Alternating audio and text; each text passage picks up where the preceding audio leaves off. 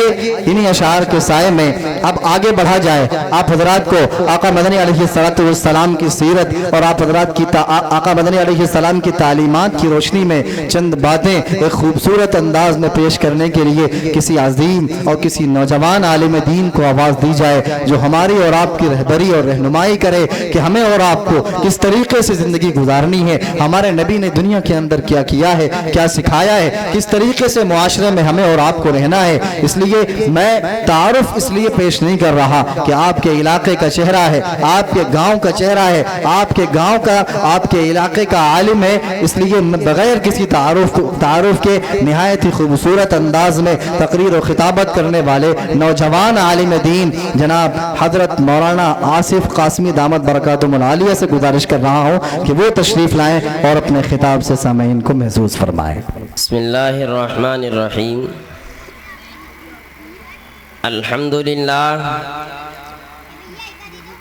अल्हम्दुलिल्लाहि व कफ़ा व सलामुन अला इबादिहिल्लज़ीना इस्तफ़ा अम्मा बाद फ़अऊज़ु बिल्लाहि मिनश शैतानिर रजीम। बिस्मिल्लाहिर्रहमानिर्रहीम। क़ुल अऊज़ु बिरब्बिल फ़लक़ मिन शर्रि मा ख़लक़ व मिन शर्रि गासिक़िन इज़ा वक़ब व मिन शर्रि नफ़्फ़ाथाति फ़िल उक़द व मिन शर्रि हासिदिन इज़ा हसद। माशाअल्लाह। सदक़ल्लाहुल मौलानल अज़ीम व सदक़ रसूलुहुन नबिय्युल करीम व नहनु अला ज़ालिका लमिनश शाहिदीन व शाकिरीन वल्हम्दुलिल्लाहि रब्बिल आलमीन। मोहतरम सामाईन किराम और अज़ीज़ान दीन और भाइयों बुज़ुर्गों, स्टेज पर रौनक़ फ़रोज़ उलमा किराम और मेरी प्यारी माओ बहनों, मैंने जो आप हज़रात के सामने कुरान शरीफ की तिलावत की है उसके अंदर एक आयत है व मिन शर्रि हासिदिन इज़ा हसद। मैं आप हज़रात के सामने इसी आयत के तहत कुछ अर्ज़ करूँगा। अल्लाह रब्बुल इज़्ज़त से दुआ करें कि मुझे सही सालिम बोलने की तौफ़ीक़ नसीब फरमाएं। आमीन। वमिन शर्रि हासिदिन इज़ा हसद। मैं अल्लाह की पनाह चाहता हूँ हासिदीन के शर से जब वो हसद करे। गोया इस आयत के अंदर हासिदीन के हसद से पनाह मांगने की तलकीन फरमाई गई है। बेशक हमें इस आयत के तहत समझना यह है कि हासिद का शर क्या होता है और हसद क्या होता है। बेशक तो हसद के माना यह है कि किसी दूसरे शख्स की अच्छाई को देखकर इंसान के दिल में कुढ़न पैदा हो कि इसको ये अच्छाई कैसे मिल गई। किसी को मालो दौलत ज़्यादा हासिल हो गया, इस बात पर उस बंदे को जलन हो रही है, या इसके माल में इतना इजाफा क्यों हो गया, या इसकी शोहरत लोगों में क्यों हो गई, लोगों में इसकी मकबूलियत क्यों हो गई है। इस बुनियाद पर उसके दिल में एक जलन हो रही है, एक तकलीफ पैदा हो रही है, एक कुढ़न पैदा हो रही है। इसे कहते हैं हसद। और ये बहुत बुरी चीज़ है। आज हमारे माशरे के अंदर बहुत पाया जाता है इस चीज़ को। सूरत हाल ये है कि हसद के कई दर्जे भी हैं जी। उनमें से पहला दर्जा ये लिखा कि किसी बंदे को कोई नेमत हासिल हुई, किसी बंदे को कोई अच्छाई मिली, तो इंसान के दिल में गैर इख्तियारी तौर पर एक कुढ़न पैदा होती है, तकलीफ पैदा होती है कि इस बंदे को ये नेमत क्यों मिल गई है। तो ये गैर इख्तियारी तौर पर बाज़ औक़ात ख्याल आ जाता है, लेकिन ये ख्याल अगर दिलो दिमाग के अंदर ज़्यादा देर तक बैठा रहा तो बड़ी ख़तरनाक चीज़ है जी। लेकिन गैर इख्तियारी तौर पर ख्याल आ ही जाता है। आदमी किसी को जब देखेगा कि वो आदमी मालदार हो गया, या किसी आदमी को कोई मनसब मिल गया या ओहदा मिल गया है, उसको देखकर जब उस बंदे को जलन होगी तो उसके अंदर गैर इख्तियारी तौर पर यह ख्याल आ ही जाएगा। लेकिन अल्लाह रब्बुल इज्जत ने फरमाया ला युकल्लिफुल्लाहु नफ्सन इल्ला वुसअहा, अल्लाह ने किसी इंसान को मुकल्लफ नहीं बनाया है मगर उसी वसाअत के मुताबिक बनाया है। तो गैर इख्तियारी तौर पर जो हमारे अंदर ख्याल आ रहा है यह हमारी तरफ से नहीं है, इस पर अल्लाह रब्बुल इज्जत हमारी पकड़ नहीं करेंगे, इस पर हम पर मुआखिजा नहीं लिया जाएगा। लेकिन यह बड़ी खतरनाक है चीज। हसद का पहला दर्जा ये है। दूसरा दर्जा हसद का ये है कि सिर्फ इतना ही नहीं कि बंदे को तकलीफ हुई है, बल्कि इससे आगे बढ़कर दिल के अंदर बड़ी शिद्दत के साथ ये तमन्ना पैदा होती है कि इस बंदे को जो नेमत मिली है, इस बंदे को जो ओहदा मिला हुआ है, इस बंदे को जो मनसब मिला हुआ है, कैसो न कैसे करके ये बंदे से इसकी नेमत छिन जाए। यह हसद का दूसरा दर्जा है। जब इस बंदे को ज्यादा पैसा मिल गया है तो आदमी कोशिश करता है कि इस बंदे से यह पैसा जाया हो जाए, छिन जाए। उसको अगर किसी आदमी को कोई मनसब मिला हुआ है तो आदमी चाहता है कि लोगों के अंदर इसकी गीबत करके इसका मनसब हम छिनवा दें। यह हसद की दूसरी दर्जे की यह तहत बतलाई गई। तीसरा दर्जा जो हसद का बतलाया गया कि अभी तक तो दिल के अंदर तकलीफ हो रही थी, दूसरे दर्जे में तकलीफ तो हुई लेकिन बड़ी शिद्दत के साथ ये भी दिल में तमन्ना पैदा हुई कि जो इस बंदे को नेमत मिली वो भी छिन जाए। दूसरा दर्जा हसद का तीसरा दर्जा ये है, क्योंकि जिस बंदे को नेमत मिली है तो उस बंदे को उस नेमत को छिनवाने के लिए कोई अमली कार्रवाई करता है। मसलन हसद की वजह से उस बंदे पर हमें जलन हो रही है तो हम उसकी गीबत कर रहे हैं मजलिसों के अंदर, हम उस पर बुहतान बांध रहे हैं और इस बात की कोशिश कर रहे हैं कि जो उस बंदे को मनसब मिला हुआ है या ओहदा मिला हुआ है वो किसी न किसी तरीके से उस आदमी से छिन जाए। अमली कार्रवाई करना ये बहुत बड़ा गुनाह है और इतना बड़ा गुनाह है, इतना बड़ा गुनाह है कि अगर बंदा माफ करना चाहे तब भी माफ होने वाला नहीं है।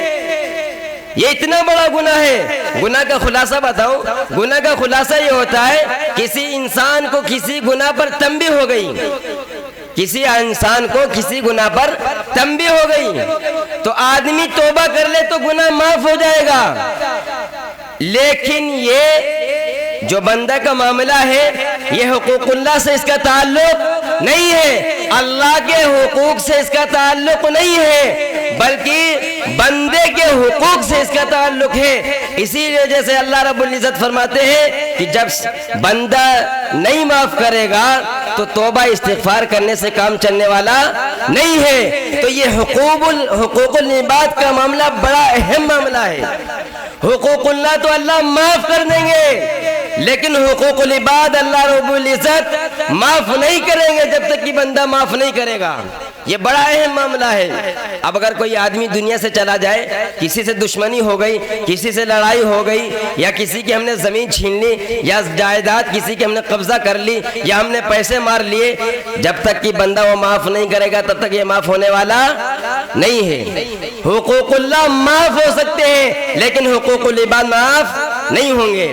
तो ये बड़ा संगीन गुनाह है, आम गुनाहों से ज्यादा संगीन गुनाह ये जो मैंने पहले दो दर्जे बतलाए हसद के कि किसी आदमी को कोई जो नेमत मिली है तो दिल के अंदर जलन पैदा हो रही, तकलीफ हो रही है। दूसरे दर्जे में मैंने ये बतलाया कि अगर किसी इंसान को तकलीफ हो रही थी लेकिन अब इंसान चाहता है कि जो नेमत उस बंदे को मिली है वो भी छिन जाए, तो अगर ये दो चीजें गैर इख्तियारी तौर पर दिल के अंदर ये ख्याल आ रहा है तो इस पर अल्लाह रब्बुल इज्जत की यहाँ पकड़ नहीं है, कोई मुआखिजा नहीं है। क्योंकि एक वक्त था अल्लाह के नबी अलैहिस्सलाम के पास एक बैक वक्त 9 बीवियां मौजूद थीं। उनमें से खदीजा रज़ी अल्लाह ताला अन्हा का इंतकाल हुआ, ज़ैनब रज़ी अल्लाह ताला अन्हा का इंतकाल हो गया, लेकिन बैक वक्त 9 बीवियां मौजूद थी। उस वक्त भी अल्लाह के नबी अलैहिस्सलाम अम्मी आयशा सिद्दीक़ा रज़ियल्लाहु तआला अन्हा के अंदर कौन सी खूबी थी जो अल्लाह के नबी अलैहिस्सलाम से ज्यादा उनको लगाव था? तो अल्लाह के नबी अलैहिस्सलाम ने एक जुमला कहा था, हर चीज में मुसावात करेंगे और करते रहेंगे। अल्लाह रब्बुल इज्जत से कहा था अल्लाह के नबी अलैहिस्सलाम ने, कर लेंगे, इंसाफ कर लेंगे। दुनिया के अंदर ऐसी कौन सी हस्ती है जो इंसाफ करके दिखाए पूरे तरीके से? वो जनाब मुहम्मदुर रसूलुल्लाह सल्लल्लाहु अलैहि वसल्लम की हस्ती है जो इंसाफ करके दिखला के गए।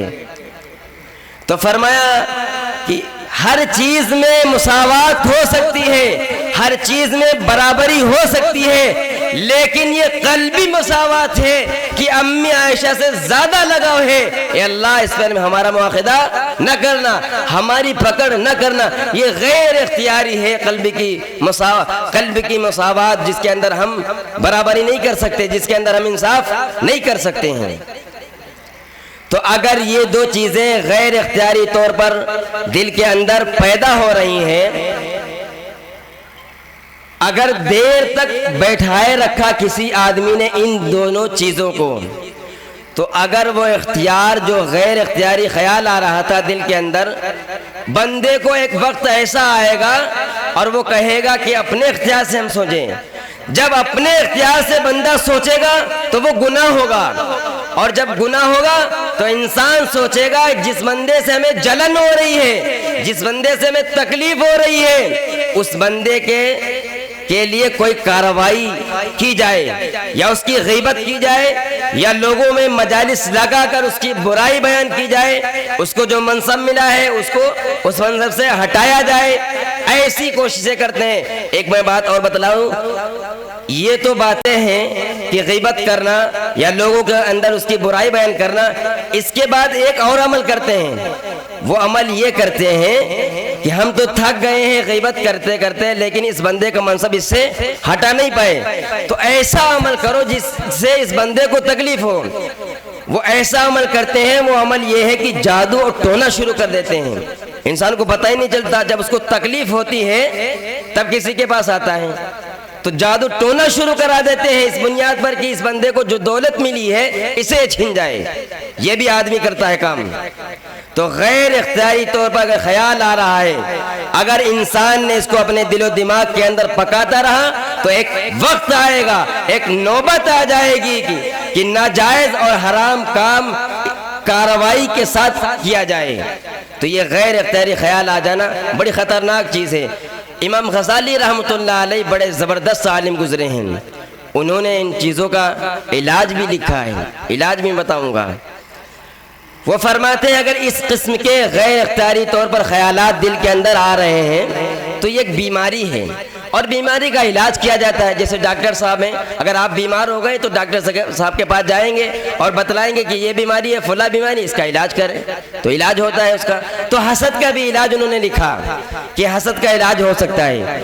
अगर बंदे के अंदर गैर इख्तियारी तौर पर ख्याल आ रहा है तो उनमें से पहली बात ये लिखी, तो आदमी ये सोचे कि हमें तकलीफ हो रही कि उस बंदे को कोई दौलत मिल गई है, हमारे दिल के अंदर ये तकलीफ हो रही, जलन हो रही है कि उस बंदे को कैसे वो मनसब मिल गया, कैसे वो उसको दौलत मिल गई, किसी न किसी तरीके से छिन जाए। तो ये जो ख्याल आ रहा है, आदमी कहे कि ये ख्याल गलत है, अच्छा ना समझे, इसको बुरा समझे अपने आप से, फिर अल्लाह रब्बुल इज्जत से कहे कि अल्लाह रब्बुल इज्जत ये जो ख्याल आ रहा है गैर इख्तियारी तौर पर, मैं लाना नहीं चाहता हूँ लेकिन गैर इख्तियारी तौर पर आ रहा है, इसको हम रोक नहीं सकते, अल्लाह इससे हमें महफूज रख या हमारी हिफाजत फरमा। अगर आदमी इस बात का एहतमाम करेंगे तो वो रुक जाएगा हसद करने से। ये पहला इलाज लिखा। दूसरा इलाज बड़ा अहम इलाज है और सख्त भी है, कड़वा भी लगेगा, लेकिन उन्होंने इलाज लिखा है। उन्होंने कहा जिस बंदे से हसद हो रहा है उस बंदे के हक में खूब दुआ करे।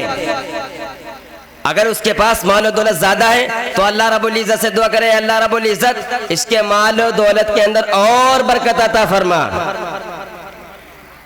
या मनसब मिला हुआ है, या कोई ओहदा मिला हुआ है, या इमाम ईदगाह दिया गया है, या गांव का काजी बना दिया गया है, तो अल्लाह रब्बुल इज्जत इस मनसब के अंदर और इजाफा फरमा। लेकिन भाई बात असल ये है कि जिसको हम गिराना चाहते थे, अब उसके लिए दुआ करना तो बड़ा मुश्किल होगा नहीं होगा, दिल पर आरा चलेंगे उस वक्त, लेकिन करना पड़ेगा। इलाज इसका यही है, क्योंकि डॉक्टर साहब बता रहे हैं नहीं करोगे तो फिर दुनिया से रुखसत हो जाओगे, यही तो डॉक्टर कहते हैं। तो इलाज करना बहुत जरूरी है। कहते हैं जिस बंदे से तुम्हें जलन हो रही थी, जिस बंदे से तुम्हें तकलीफ हो रही थी, जिस बंदे से तुम्हें कुड़न पैदा हो रही थी, अब तुम्हें उसके हक में दुआएं करनी होगी। जिस बंदे को हम गिराना चाहते थे, अब उसके हक में हम दुआएं करें तो दिल पर आरे चलेंगे उस वक्त। लेकिन काम यही करना होगा, इलाज यही लिखा है, इलाज इसका यही है, इसके अलावा इलाज नहीं है। लेकिन साथ साथ में ये भी काम करना होगा कि जिस बंदे से हमें जलन हो रही थी, मजालिस लगाकर उस बंदे की हम गीबत कर रहे थे, उस बंदे की हम बुराई बयान कर रहे थे, तुम्हें ये काम करना होगा, उस मजालिस के अंदर उस बंदे की तुम्हें तारीफ करनी होगी। तब भी दिल पर तो पत्थर रखने होंगे। जिस बंदे की हम गीबत कर रहे थे, बुराई बयान कर रहे थे, अब उस बंदे की हम तारीफ करें तो जाहिर सी बात है कि दिल पर तो आरे चलेंगे उस वक्त। लेकिन यही इलाज इसका, इसके अलावा इलाज नहीं है। देखिए आज दुनिया के अंदर हर इंसान, हर शख्स अपने गरेबान में मुंह डालकर देख ले, कभी न कभी किसी न किसी ऐसा मकाम आया होगा इंसान के सामने कि ऐसी बीमारी कमी जाती हो ही जाती है, ख्याल आ ही जाता है। हर बंदे के अंदर ख्याल आता है कि इस बंदे को ये नेमत कैसे मिल गई, हमें मिलनी चाहिए थी। तो दर हकीकत ये हसद बहुत बुरी चीज है, और ये हसद दर हकीकत अल्लाह रब्बुल इज्जत की तकदीर पर शिकवा है। जो बंदा हसद कर रहा है वो अल्लाह रब्बुल इज्जत से एतराज कर रहा है, अल्लाह रब्बुल इज्जत के ऊपर उंगली उठा रहा है। जो बंदा हसद कर रहा है, मैं बताऊं कैसे, वो इस तरीके से है, जब बंदा कहता है अल्लाह मियां आपको इतने बंदे में यही बंदा मिला था प्रधान बनाने के लिए, मुख्यमंत्री बनाने के लिए यही बंदा मिला था, दौलत देने के लिए यही बंदा मिला था, मुफ्ती बनाने के लिए यही बंदा मिला था, इसके अलावा कोई बंदा नहीं मिला, आपने उसको मुंतखब कर लिया। तो ये अल्लाह रब्बुल इज्जत की तकदीर पर शिकवा है। बताओ अल्लाह रब्बुल इज्जत वो बंदा एतराज करता है जो बंदा हसद कर रहा है, यानी अल्लाह में आपने उसको क्यों नेमत दे दी? अरे तुम कौन पूछने वाले हो, तुम तो अल्लाह की हस्ती हो खुद, और तुम अल्लाह पर उंगली उठाते हो, अल्लाह ताला पर एतराज कर रहे हो। तो यह हसद बहुत बुरी चीज है। लेकिन इलाज वही है जो मैंने बताया आपको, इलाज दो ही तरीके से हो सकता है, इसके अलावा इलाज नहीं हो सकता है। मेरे भाई जो मैंने दो बातें बताई, तीसरा मैंने कहा था कि आदमी जब किसी से हसद करता है तो अभी तो गैर इख्तियारी तौर पर ख्याल आ रहा था कि इस बंदे के लिए कोई गीबत की जाए या तकलीफ की जाए, भुगतान बांधा जाए। इसके बाद ये आदमी ये काम करता है कि कोई कार्रवाई अमल में आए, यानी जाहिर में कोई कार्रवाई करे। अब जब कार्रवाई करता है या जादू टोना शुरू कर देता है तो बंदे को पता नहीं चलता है कि कब हम पर जादू टोना हो गया, क्योंकि अगर जादू टोना हो जाए, बंदे को पता चल जाए तो उसका तदारुक भी करेगा, लेकिन पता नहीं चलता। तो अल्लाह रब्बुल इज्जत फरमाते हैं इसी सूरत के अंदर कि जब हर चीज से, हर मखलूक से तुम पनाह मांग रहे हो तो हासिदीन के हसद से भी तुम पनाह मांगो। पता नहीं तुम्हें, लेकिन मैं जानता हूं कि तुम्हारे पीछे कौन लगा है, तुम्हें कौन गिराना चाहता है, तुम्हें कौन तकलीफ पहुंचाना चाहता है, मैं जानता हूं। तुम मुझसे पनाह मांगो, हासिदीन के हसद से तुम पनाह मांगो, तुम महफूज हो जाओगे। तो हर एक बंदे को चाहिए कि जो मैंने दो तरीके बताए इसी से इलाज हो सकता है, इसके अलावा इलाज नहीं होता है इंशाअल्लाह। तो हसद उसे कहते हैं किसी दूसरे शख्स के पास कोई अच्छाई मिली, कोई नेमत आ गई है और उस बंदे के अंदर जलन पैदा हो रही कि नेमत इससे छिन जाए, इसे कहते हैं हसद। एक दूसरी चीज है जिसको रश्क कहा जाता है। ये रश्क करना जायज है, हसद करना नाजायज और हराम है, लेकिन रश्क करना जायज है। रश्क किसे कहते हैं? रश्क उसे कहते हैं कि जो बंदे को नेमत मिली है, जो माल दौलत मिली है, बंदा आदमी ये कहे कि अल्लाह रब्बुल इज़्ज़त आपने उसको जैसी नेमत दी है या माल दौलत आपने जैसे उसको दिया है, इसी तरीके से हमको भी अता फरमा दीजिए।